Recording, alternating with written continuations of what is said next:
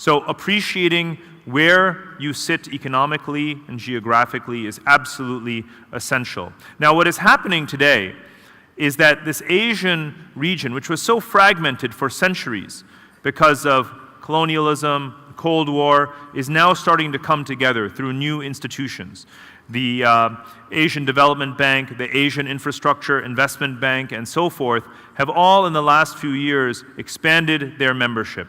Of course, now all countries in this region have joined the AIIB, for example. One sees that countries such as Russia or Turkey, which for decades sought to integrate more with the West, to join the West, have now realized that they too are going to reorient towards Asia. And that applies at the commercial level, investment level, also increasingly at the strategic level. And those are forward-looking decisions that you need to be making. Now let me bring a few points together. I want to provide you with a conceptual framework that I believe, sadly, so many leaders lack. What we find today is that public figures often have a knowledge of geopolitics, which has been so much of the conversation today.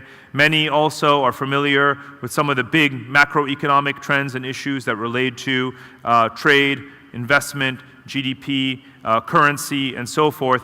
What's been missing is beyond geopolitics, which is actually a 19th century discipline, and geoeconomics, which emerged in the late 20th century, is geotechnology, which is very much the third corner of the triangle, which becomes increasingly important in the 21st century. You cannot understand global change, the balance of power in the world, without understanding all three of these equally. You must develop a fluency in technology in addition to economics and politics. Because in fact, while the vocabulary is new, what is not new is that throughout history, it is the balance of innovation, it is technological advance that ultimately drives the balance of power. Right? It is the Industrial Revolution that creates the mercantile economic policies, that creates the trade pluses, that creates the currency reserves, that allows for modernization of economies, societies, and militaries. China today is a superpower not because of the number of nuclear warheads it has, but because in the late 1970s, it created special economic zones, it attracted foreign investment, it became the factory floor of the world, it built trade surpluses and currency reserves and invested them in its national modernization. That is why China is a superpower. It begins with economics and with technology.